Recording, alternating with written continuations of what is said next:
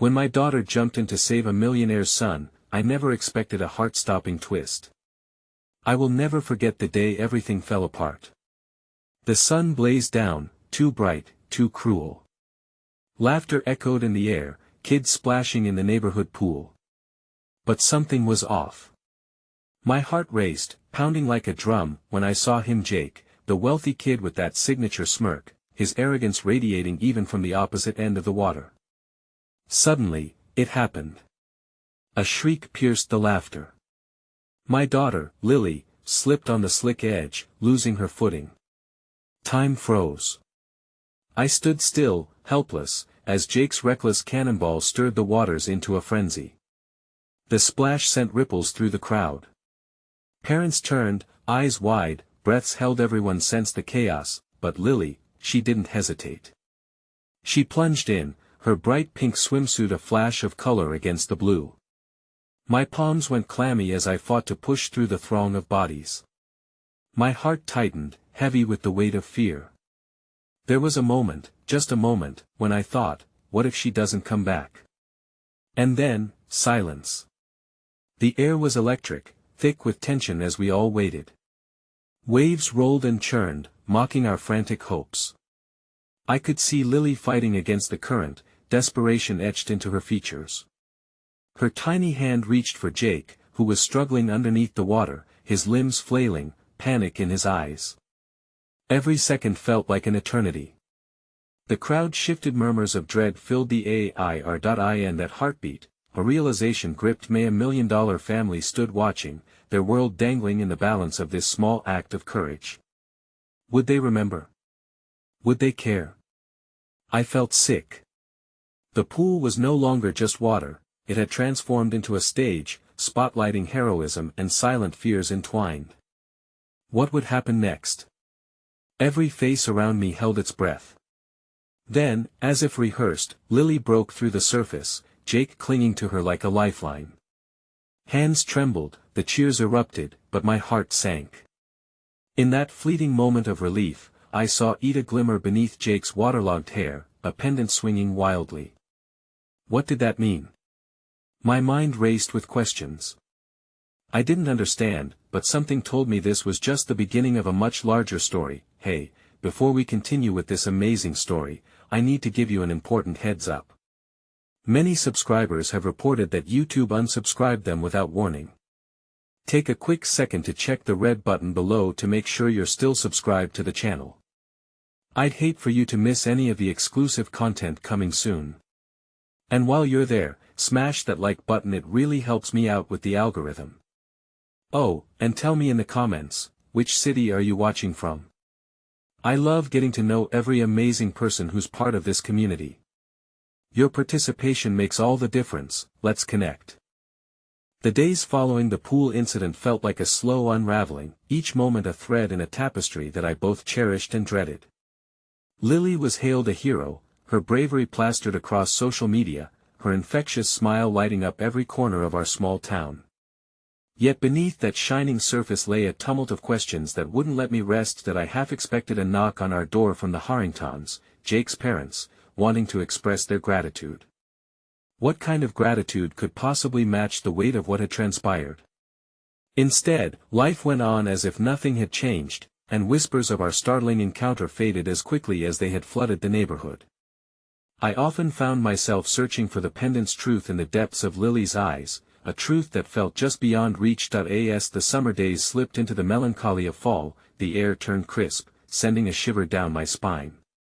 One afternoon, after school, Lily entrusted me with the very fabric of her feel-good tale, the one where she was undisputedly the star. "Mom," she said, her voice trembling, "why didn't Jake just call for help?" I was scared. What if I hadn't jumped in? She sank into the couch, shoulders drawn, wrapping her arms around her knees. "It was so brave of you," I encouraged, suppressing the urge to dwell on the darker thoughts. "You saved him." But her face scrunched up. "I don't feel like a hero."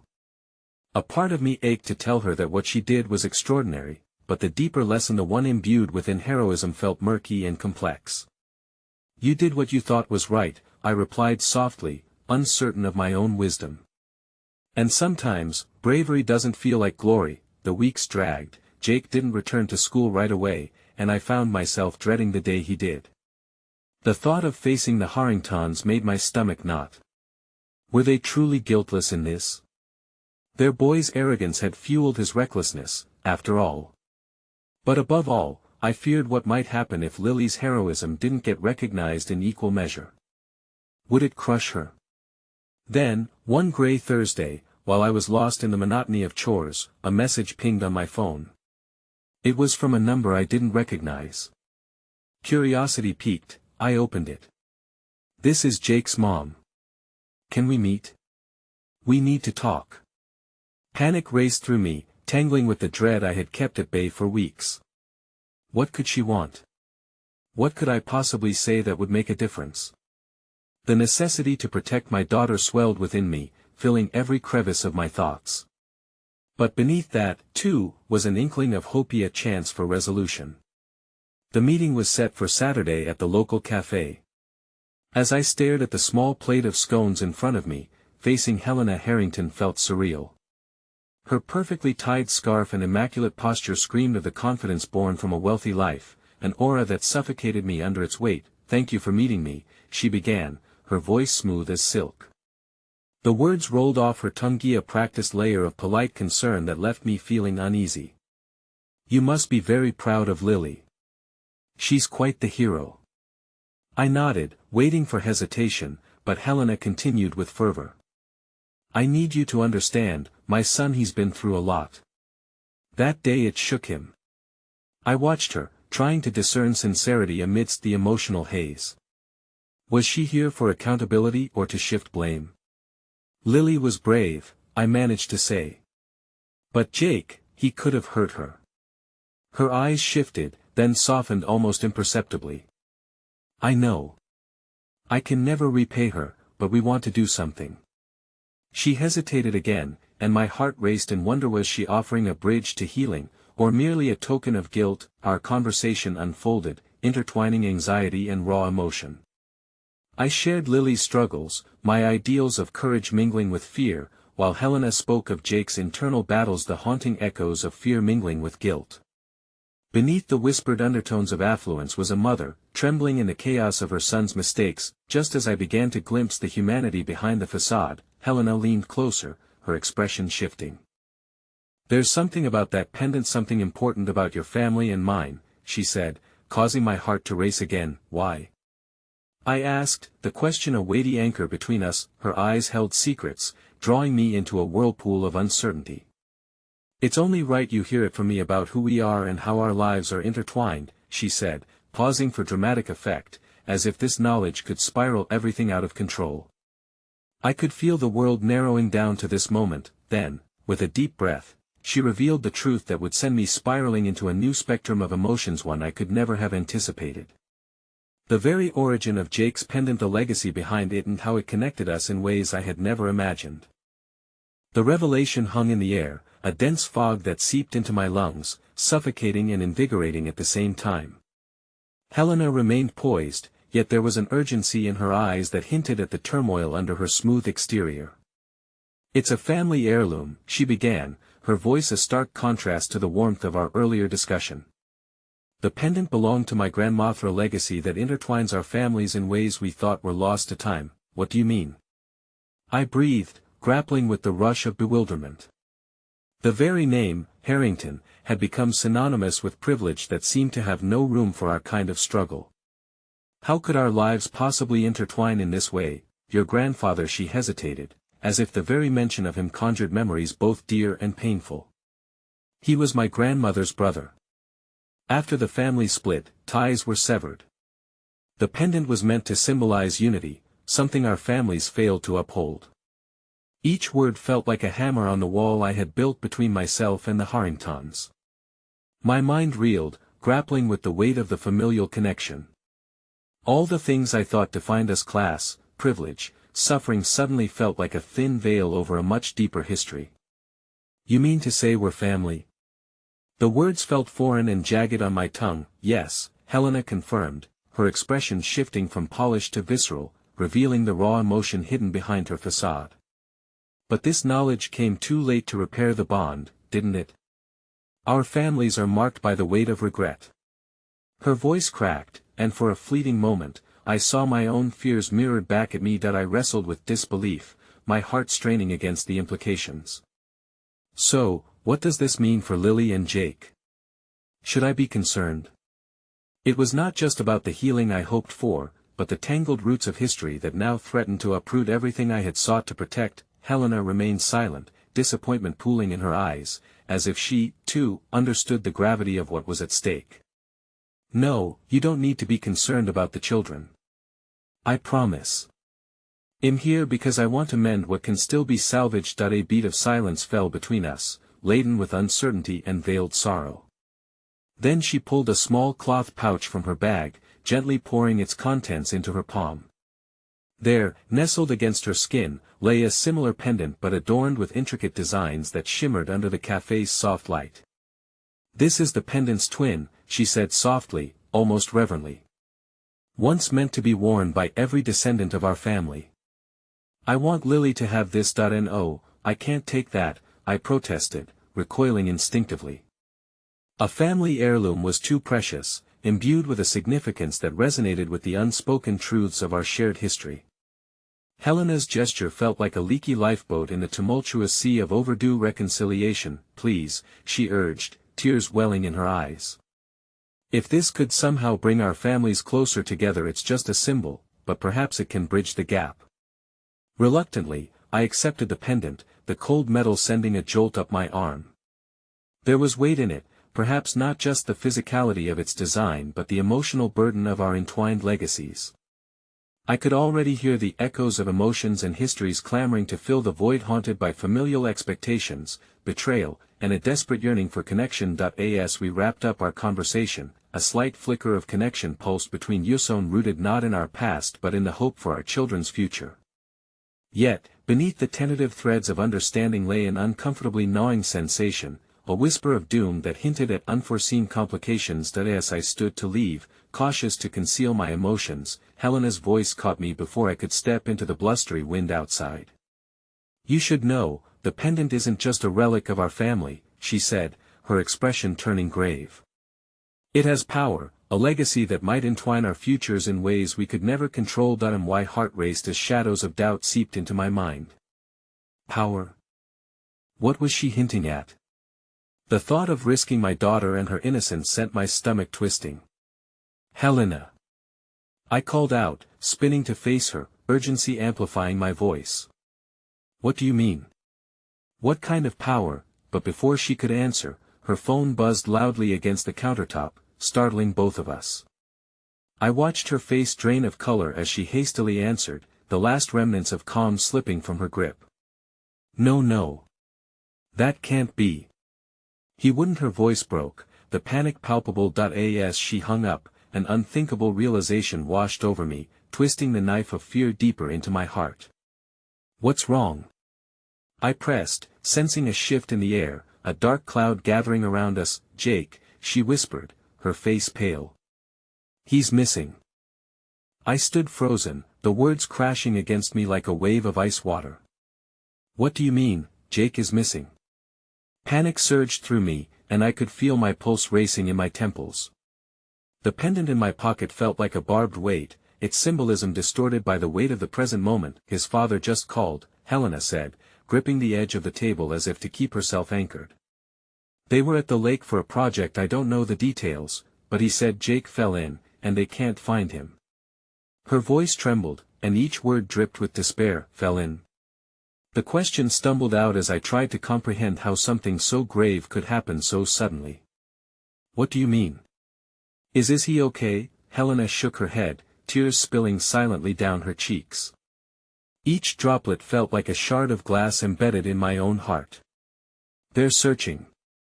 But it's been too long. In an instant, the world around me evaporated, and all that remained was the frantic beating of my heart echoing in my ears. I thought of my daughter, how fiercely she had embraced Jake, how their laughter usually filled the spaces where silence felt heavy. Desperately, I clenched my fists. We need to go to the lake. We need to help find him. Yes, she breathed, urgency springing into her movements. "I'll drive.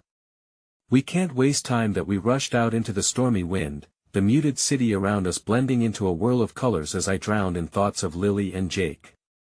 I clung to the hope that he'd be fine, that this was just a misunderstanding, though the tight coils of dread gripped me tighter than before. As we sped towards the lake, silence settled heavily in the car, our collective anxiety thickening the air between us. I could barely focus. Memories of all the times Jake and Lily had sung and played in the park flashed through my mind, each a moment placed delicately like glass to be cherished and protected. That I should have never let her go out there with him, I muttered bitterly, shame wrapping around me like a shroud. "It was too risky." No, Helena said sharply, her voice pulling me back from the downward spiral of guilt. "Children explore. They're brave. They take risks. We can't blame them for being adventurous, not when it's our job to guide them." Her words wove through my turmoil with a strange sense of calm, barely helping to soothe the tempest brewing within me but offering a glimmer of compassion I desperately needed. For a fleeting moment, we were bound not only by our shared families but by a common understanding of parental love. When we finally reached the lakeshore, the scene was chaotic. Emergency vehicles dotted the area, their lights flashing sharply against the growing darkness. I spotted worried parents whispering among themselves, and the air crackled with a sense of impending dread.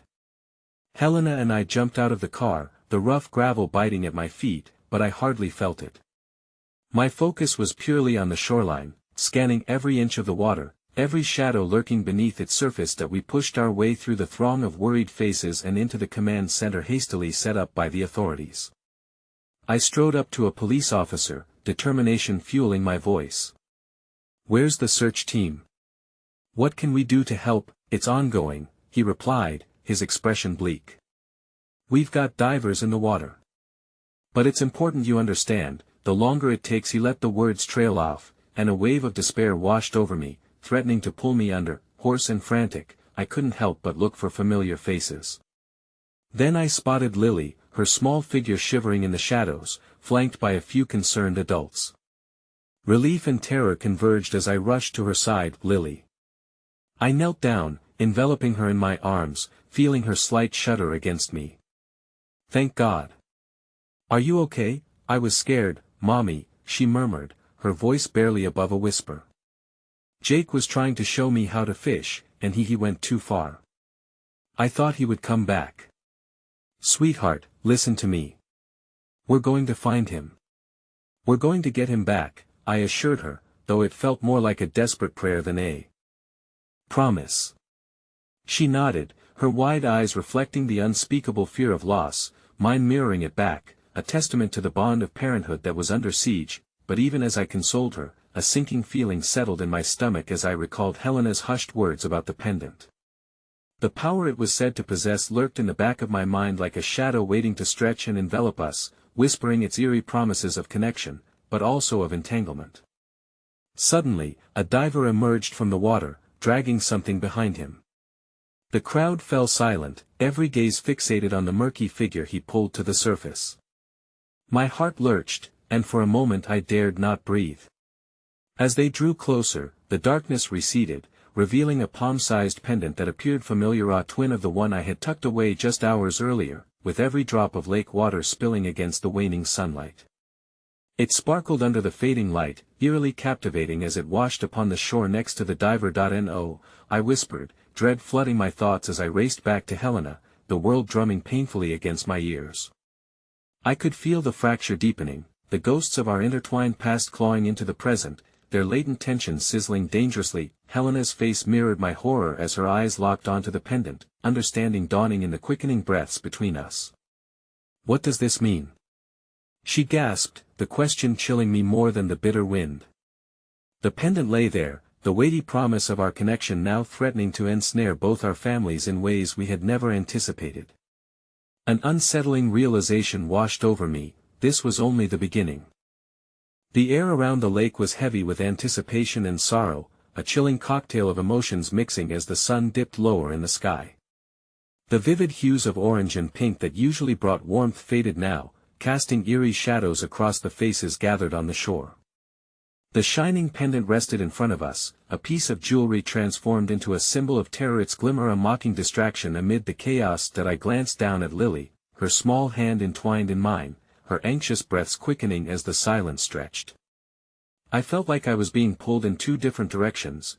One part of me wanted to envelop her in my arms, shield her from the heartbreak swirling around us, while the other was fixated on the pendant, the evidence of a connection with Jake that had turned perilous. What does it mean? Helena murmured beside me, her grip tightening around my arm.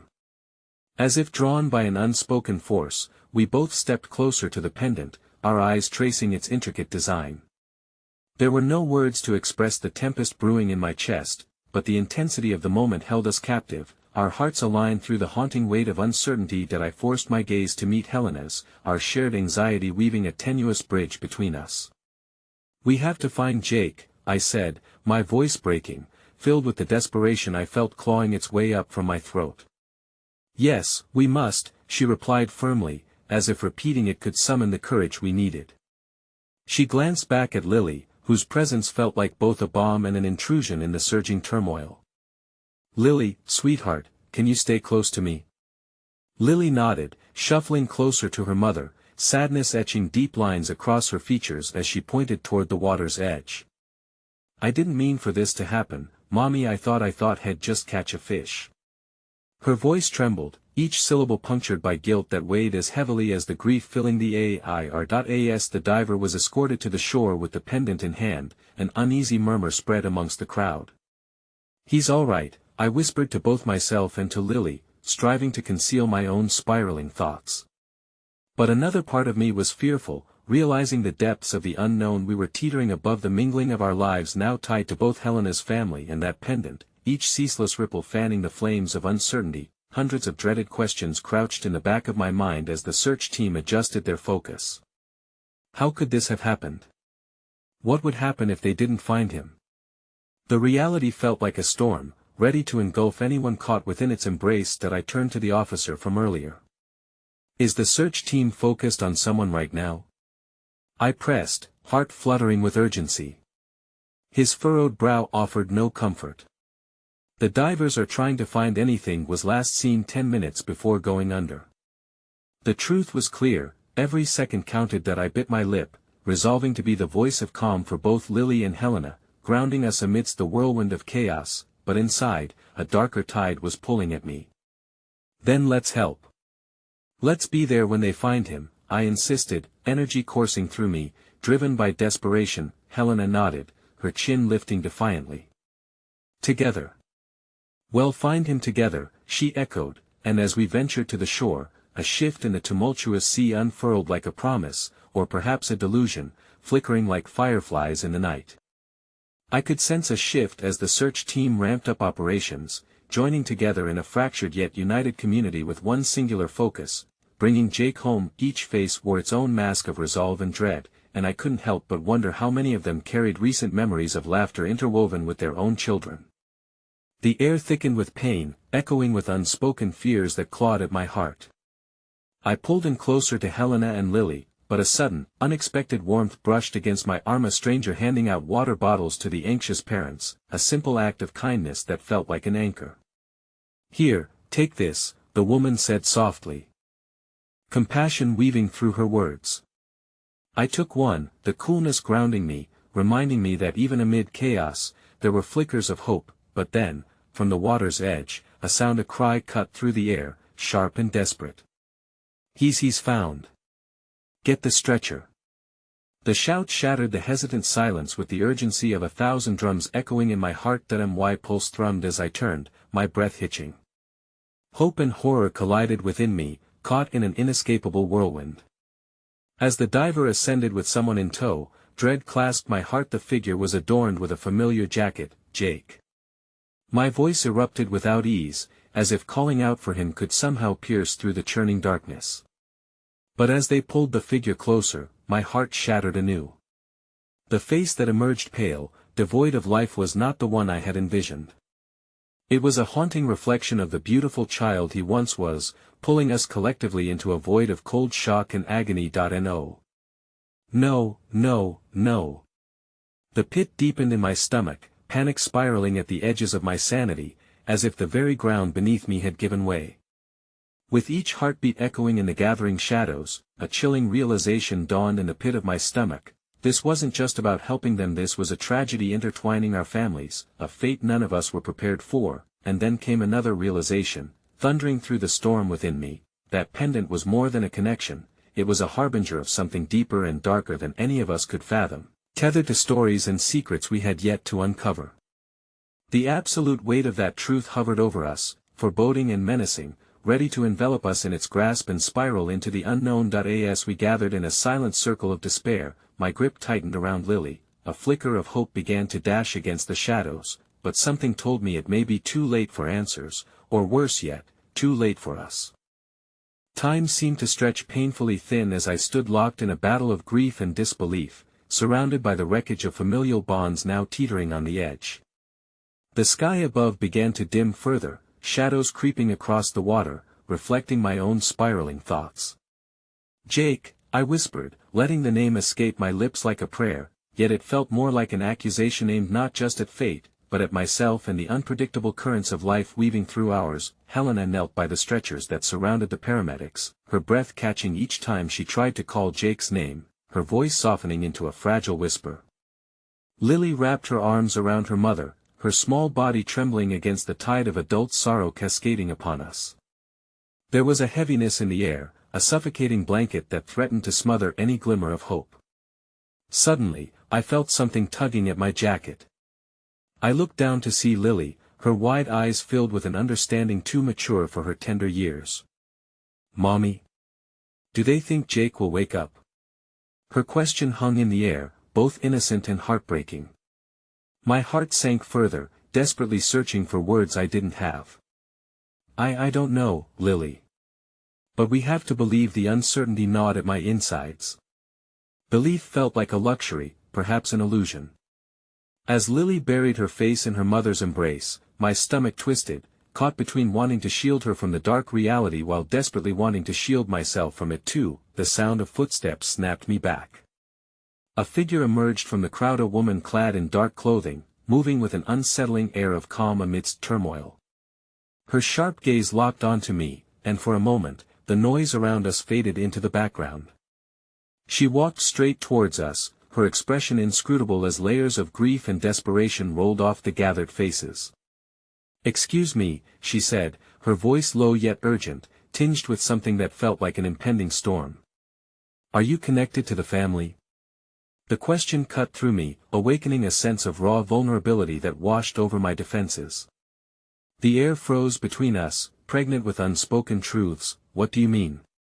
I managed, even as a deeper instinct began to chime darkly in my heart. "That my name is Celia," she said. "I was friends with Jake. And I need to speak with you." Helena looked at me, uncertainty splintering her brow as though schooling me to trust my instincts. There was something about Celia that radiated an intensity one couldn't ignore. A part of me wanted to recoil, another part, more curious, yearned to know what knowledge she held. "Right now, I began, but Celia interrupted, cutting through my hesitance. "Please. It's important." Her eyes filled with urgency, as if revealing a secret that would unravel everything we thought we understood. That I nodded instinctively, driven more by an insatiable hunger for answers than coherent thought. "All right. Just over there." I gestured toward a less crowded area, hoping the specters gathered wouldn't hear us. As Celia led the way, apprehension knotted tightly in my chest. She cast a glance behind her frequently. When we reached a quieter part of the shore, the moon's reflection shimmered on the water, whispering tranquil promises that felt cruel. "Jake was in trouble," she began, her voice low as though the very night held ears. "He was dealing with some dangerous people." She looked me in the eye, and I felt each word land like stones upon my heart. "When he jumped in, it wasn't just for fun. It was to escape something." "Escape?" I repeated, the word tasting bitter on my tongue. "Escape from what? You don't know," she stated, the weight of her accusation heavy and cutting. "He was caught in something much darker than any of us could imagine. I had thought leaving it behind would shield him." Her voice broke, and I could see the fissures in her own calm exterior. Helena's breath caught behind me, her apprehension filling the gap in the air. I turned to her, her gaze frozen somewhere between the distant horizon and the chilling reality embodied in Celia's words. "Is that all you have to say?" Helena demanded, shaking with the force of her own vulnerability. "Do you think that will help us? We need to know if he's coming back." Celia flinched at the sharpness but held her ground. "I've seen what's been swirling around him. Things I can't explain. It poses a threat not just to him, but to everyone he cares about."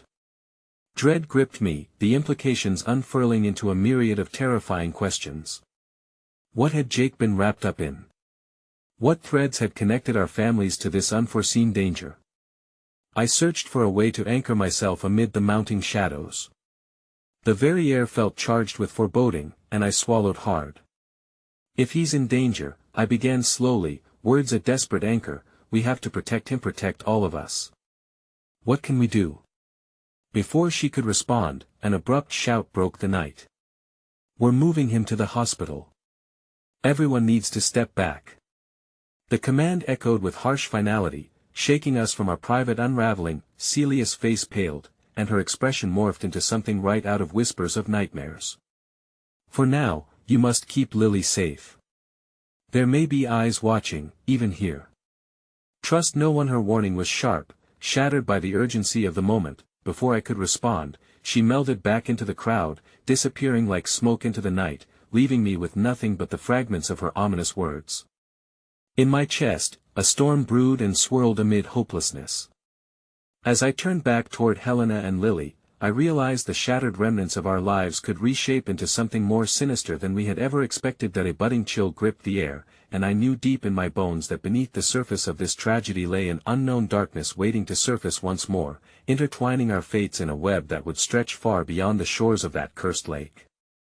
As the ambulance sirens wailed in the distance, their urgent cries sliced through the murky confusion cloaking our minds.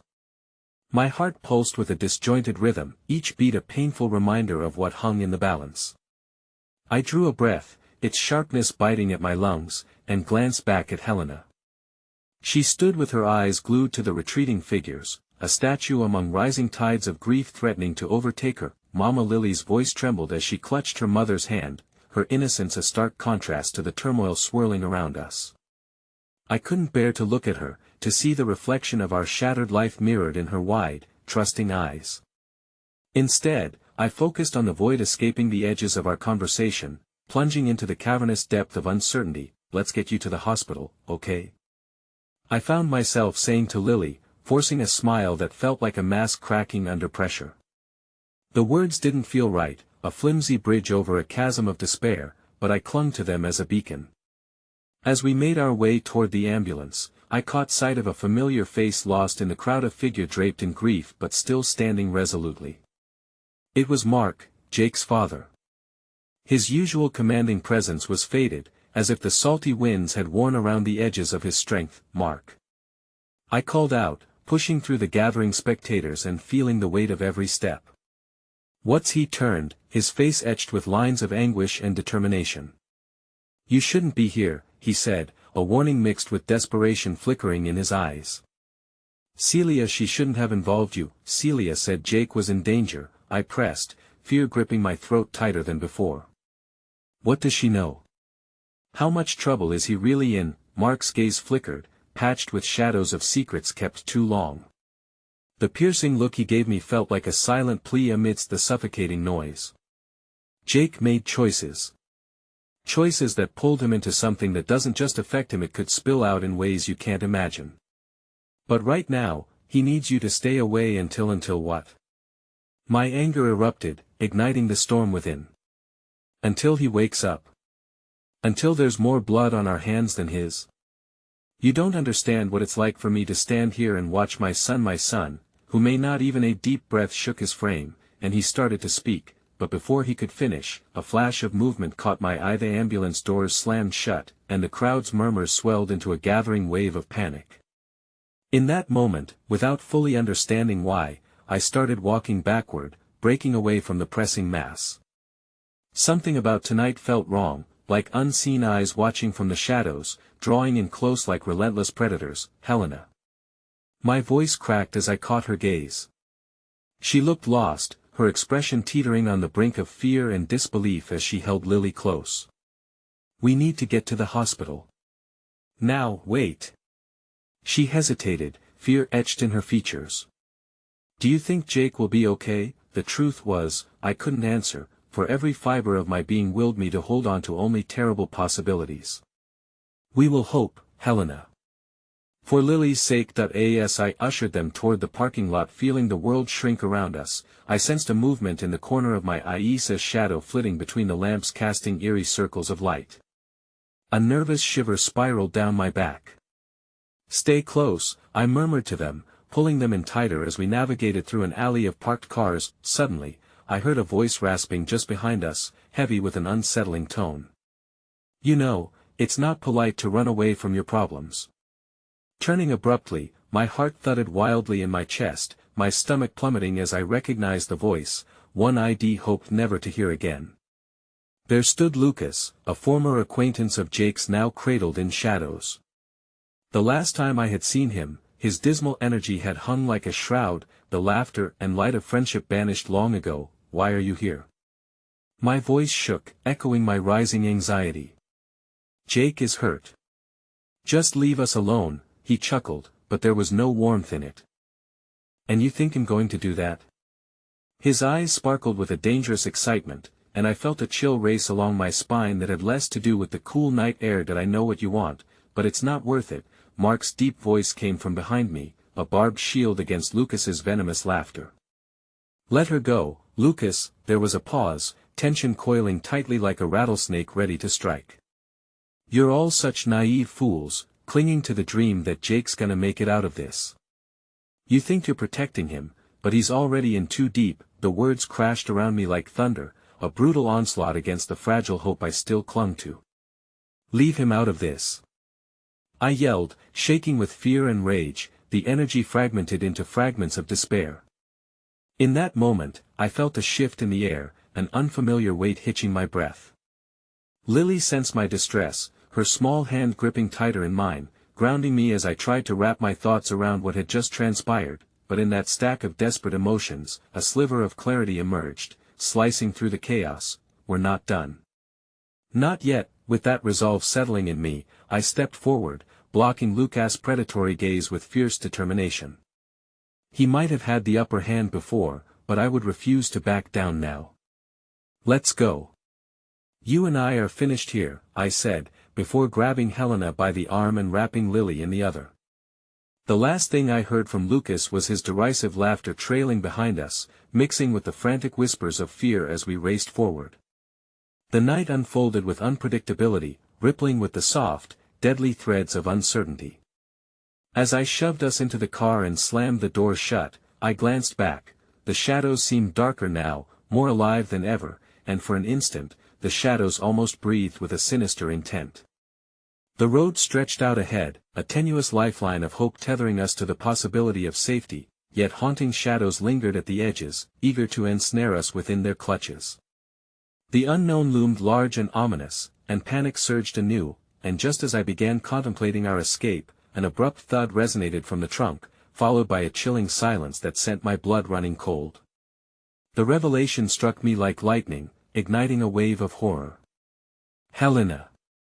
I shouted, my voice trembling. What's in the trunk? The world outside the car blurred, a canvas of dark shapes and flickering streetlights racing by. But the reality inside felt stagnant, creeping with dread and uncertainty. My heart thumped wildly against my ribcage as if it were trying to escape. Open it. I urged, my eyes darting toward the trunk as if expecting it to reveal some unspeakable truth. Helena's face mirrored my escalating panic, her eyes wide, caught between horror and disbelief. "You can't," she stammered, her voice wavering. What if something horrible happened? Lily, unaware of the gravity of our situation, squeezed my arm tighter, sensing the tension radiating through the car. Mommy, what's in there? Is it a surprise? The innocent question sliced through me, twisting like a knife. I forced a smile, done up as a flimsy facade while the truth simmered beneath. It's just a little problem we need to solve, honey. Nothing to worry about. But as her trusting gaze locked onto mine, I felt like an imposter, spinning a story that didn't hold a shred of belief, even for myself. Please, just open the trunk. An edge of desperation crept into my voice. Time felt stretched, taut, as if we were suspended in a moment that dared not release us. I could almost hear the echoes of Lucas's laughter creeping back into my mind. This was bigger than his taunts. It was about Jake, about the invisible threads tying our lives together in ways I wished I could untangle. With trembling hands, Helena finally reached for the latch and turned the key. For a heartbeat, the world fell silent. The trunk opened with a reluctant groan, revealing its contents slowly, like a theater curtain unveiling a monstrous secret. My eyes widened as a blanket draped over an object shifted slightly, revealing a small figure huddled within. My heart plummeted. "Oh no no, no, no," I whispered, almost reverently, my body going cold. Lily gasped, astonishment blooming on her small face. "What is it, Mommy?" I wanted to shield her from the grim truth. I wanted to blur the edges of this horror, to keep her safe in a bubble where darkness couldn't reach her. But as the silhouette shifted again, revealing an unmistakable mop of hair, the last remnants of my hope evaporated. "Jake!" I cried, panic cascading through me as I leaped from the car, my feet pounding against the asphalt toward the trunk. "Jake! Can you hear me?" His eyes flickered open, orbs of confusion and pain, reflecting the streetlight like fractured glass. "Mom!" he croaked, the voice weak, floating through the air like a fragile moth caught in the wrong season. "Hang on, I'm here." I reached for him, barely aware of Helena and Lily hovering behind, their presence a hollow comfort amidst the unfurling chaos. Jake tried to sit up, but his movements were slow, deliberate, as if he was trapped in the web of his own body. "Get me out please." His words gasped through gritted teeth, an urgent plea laced with desperation. I fought to free him from the constraints that tethered him to this horror-filled trunk, tearing at the bindings that held him captive as every second felt like a lifetime ticking away. "What happened, Jake? How did you get here? Where's Lucas?" But just as I freed him, I felt something tug at the edges of my consciousness, a sense of foreboding prickling my skin. A shadow loomed nearby, not in the trunk or even from the car, but creeping around the edges of my awareness. "Your time is running out." The voice, cool and mocking, ghosted through the air like smoke from a dying fire. I turned, and there he was, Lucas, stepping from the shadows in a flash of cruel mirth. "You think you can just rescue him? You don't understand what's at stake," he chuckled, the laughter reverberating like a warning before a storm.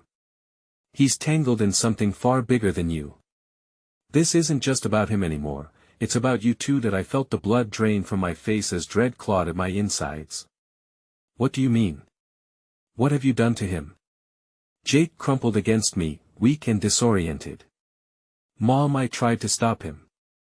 I thought he'd leave me alone. They were just kids." Lucas laughed again, stepping closer, his eyes glinting with malevolence. "No, it's too late for that. The moment you decided to involve yourself, you sealed your fate along with his. My mind raced, twisting uncomfortably as confusion and fear dominated my thoughts. "Get away from us!" I shouted, pulling Jake closer even as he slumped against my side, the weight of his own choices weighing heavy in the air. But Lucas' smile didn't falter. "You honestly believe you can protect him? Some battles can't be won, sweetheart. It's time to face the music." He leaned in, eyes darkening. "And the music is just beginning." With that, a chilling sense of finality rolled over me like a thick fog, clouding my judgment. My thoughts scattered in all directions, the implications of his words settling like stones in my stomach. I couldn't let this be how our story ended. "Not like this," Jake coughed, his breath rattling in his chest, and I tightened my grip around him. "We can still fight this," I declared, even as uncertainty gnawed at my insides. We will find a way.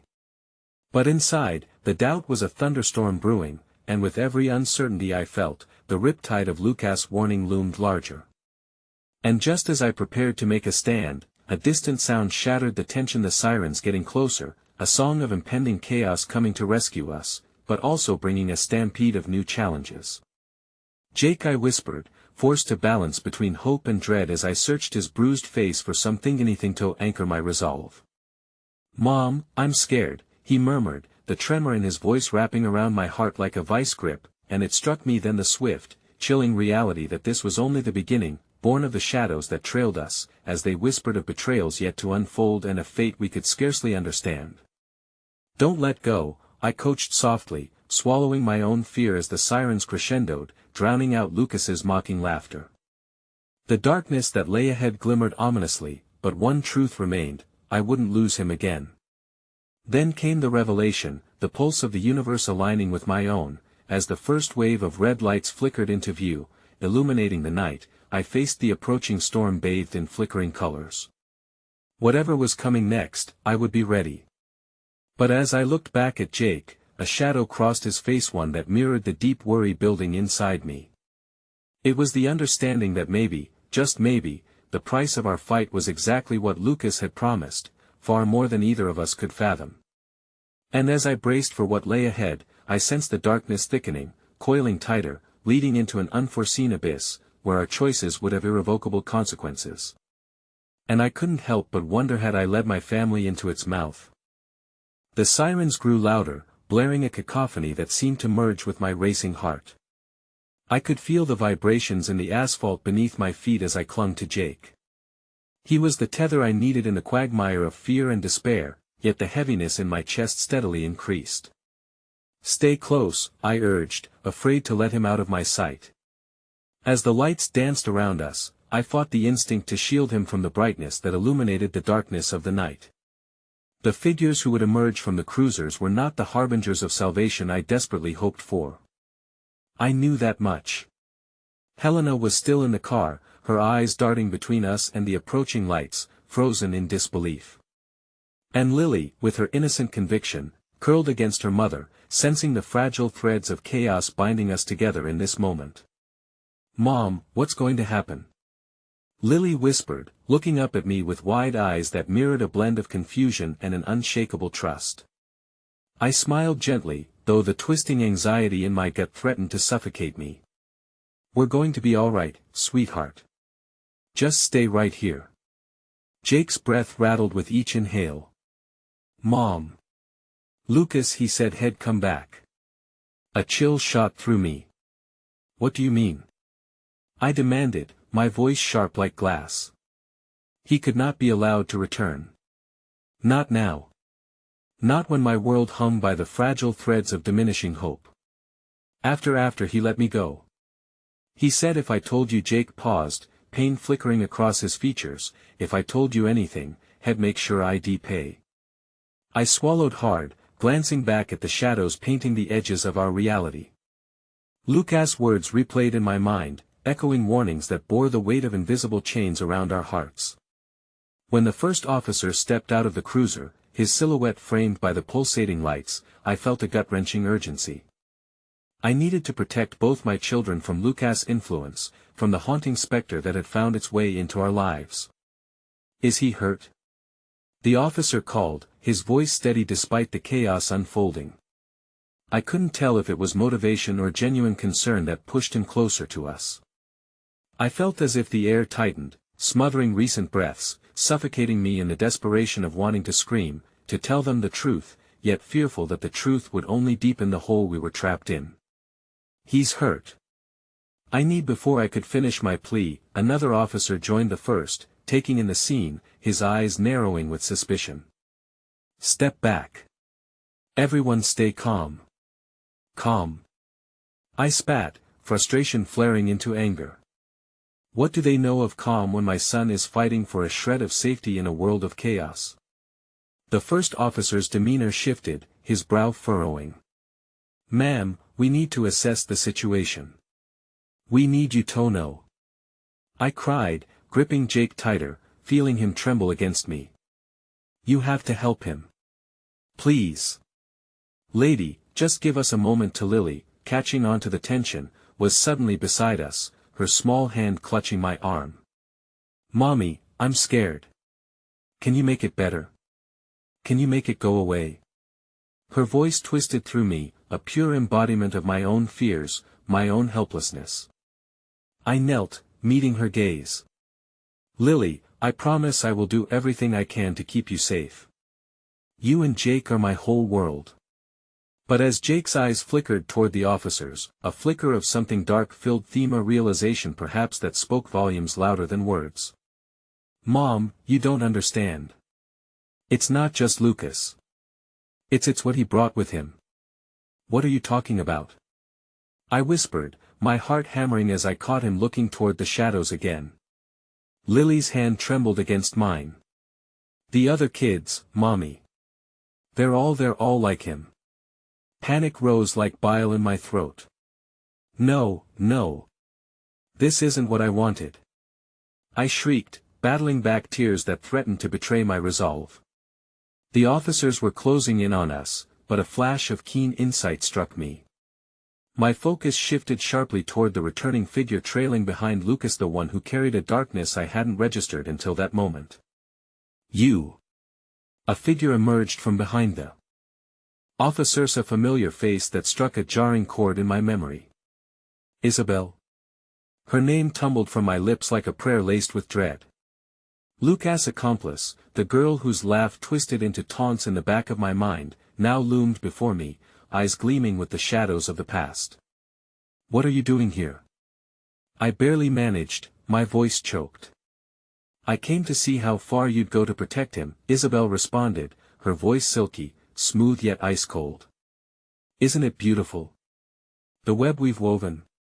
You pulled him back in, but you have no idea what you're really dealing with. And with those words, a haunting realization began to seep into my bonise, a deeper threat, more insidious than what Lucas had spun, wrapped around my family like a sinister embrace. The sirens, the flashing lights, the officers, they all blurred into the background, reducing to mere whispers against the rising tide of fear. I had opened a door I could barely comprehend, and beyond it lay shadows that danced and shifted, waiting to swallow us whole. As I looked between Jake and Lily, my heart shattered all over again. I needed to protect them, but they were already in too deep, already bound to the tangled mess wrought by choices I had made in love, choices from which there felt like no escape. Something tugged on the edges of my consciousness, a ripple of hope buoyed by sheer will. Whatever was coming next, whatever storm loomed on the horizon, I would stand firm. But just as I steeled myself for the battle ahead, a voice echoed from the future, the darkest part within me whispering an unspeakable truth: in this deadly game, there would be no winners, only survivors. And as I prepared to fight against the encroaching shadows, I felt Jake's sudden grip tighten in warning, and time froze, the air vibrating with the promise of unresolved chaos, an unraveling that marked the dawn of a new, painful reality. As the night unfolded into an ink-stained sky, I felt the weight of the world crashing down upon me. The chill of the evening air gnawed at my resolve, but I refused to cower, not now when everything was on the line, me children's futures hanging by a thread woven through the frantic tapestry of our lives. Jake, I whispered, hoping to anchor both him and myself amid the uncertainty. You hold on, okay? We'll get through this together. But as fear wrapped tightly around us, I sensed the shadows gathering more menacingly with every heartbeat. The air slicked with tension, as if some primitive force was drawing near, encircling us in its suffocating grasp, threatening to suffocate our flickering hope. Look, we need a safe place, some way to get out of here, I urged, scrambling through the haphazard links of connections clawing at my mind. We have to find somewhere where they can't reach us. But even as I spoke, the shadows grew darker, lurking just beyond the reach of the flickering lights, as though they were tied to Lucas and Isabel, specters ready to clutch at the edges of our souls. Help is coming, Mom, Jake insisted, his voice a mere breath against the rising panic. But if they're being watched, we need to move. I glanced around, desperate to gauge our surroundings, but the officers were drawing nearer, their faces determined yet shifting in disquiet at the strange turn of our perilous scene. Whatever they thought they had learned about the event, nothing could prepare them for what was brewing beneath the surface. Mommy. Lily's voice pierced through me, soft but tinged with a trepidation I couldn't shake. "Stay behind me," I instructed, her small body pressed against my legs as if she were a protective shield. "We stick together, no matter what." But as I stood poised to confront the encroaching darkness stretched palpable within the chaos, a sudden realization gripped me and pinned me to the spot. Isabel was dangerous, yes, but the true threat was the unseen chaos lurking beneath the surface of our lives, something only the children seemed aware of. "Jake," I said, my face contorting with desperation. "What is it?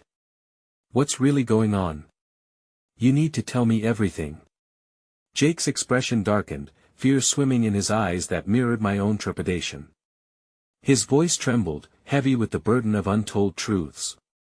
"Mom, there's more than just Lucas we have to worry about. Other kids have been following me, seeing what I'm doing. They want power, believe they can control something through us."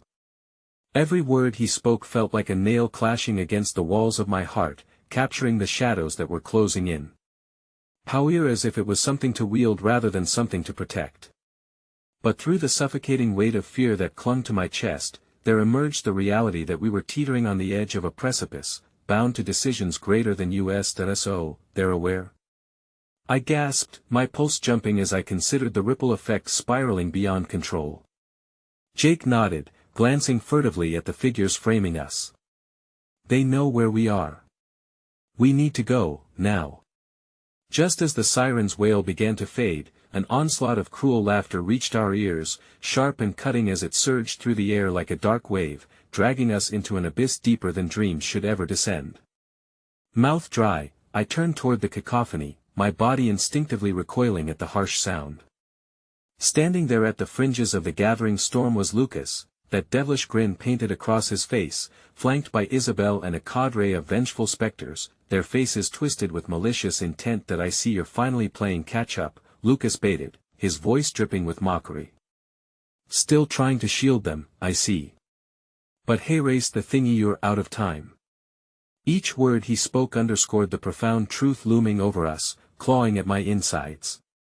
There was a deadly pact swirling through the night, and the stakes were higher than I dared imagine. "Let us go," I cried out, fierce determination rising within me. But Lucas merely chuckled. "Oh, we're only just getting started. You have no idea what you're walking into. What's etched into the very fabric of our entwined fates." I felt the entire air shift, the anticipatory dread palpable, as shadows merged and danced, swirling in haunting synchronicity.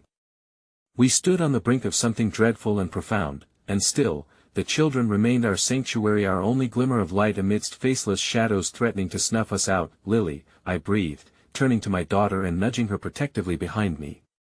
"Jake, I want you both to focus, to hold on to one another. No matter what happens, do not let go." The air grew thick as our collective resolve melded into a barrier against the darkness. Together, we would rise, or we would fall. As Lucas' laughter ricocheted between us, I felt myself shifting, a thought forming. The real weapon we possessed was unity, our bond forged from love and desperation against a tide of betrayal and secrets. In that defining moment, Jake grabbed hold of Lily's hand with a fierce grip, his face mirroring a newfound resolve emanating an energy deep-rooted in defiance. "We will fight. No matter what, we're stronger together," he declared, finding his footing amidst the storm brewing within us and without. And as I watched them, I knew the next step was ours, to claim a gamble pregnant with heartache but anchored by love, one I was willing to take for their safety. "Let's do this," I murmured barely above the cacophony, and together, we stepped forward into the darkness, determined to dismantle their grip, to sever the ties that bound us to old grudges. As we advanced, a change teetered on the horizon. The darkness gave way to an unfamiliar light, illuminating the path before us, beckoning us closer like a promise. The shadows screeched in protest, urging us to turn back, dare us to abandon our fight, but we pressed ahead, blazing a trail through the tempest that threatened to consume any flicker of hope left in its wake. "That we fear nothing," I shouted, the words echoing against the void created by their dishonor. The air crackled with energy, infused with fury and a will to protect beyond the veil of chaos encircling us. And then, as the last traces of their laughter crackled and faded, I felt a trembling weight of light blossoming within, the realization that resilience and love had intertwined into an unbreakable chain binding us, ready to face whatever darkness lay ahead. What followed would be a new chapter, a shift in the air, a transformation forged not just by what we had encountered but by how we chose to break those cursed cycles of power and pain. Together, we would emerge, face our fear, and reclaim what had been stolen from us, standing side by side as united family forged anew, ready to turn the tables of destiny. And as we stepped into that luminous void, it hummed with a promise, an echoing refrain that would reverberate long after our shadows had faded into memory: together, we are unstoppable.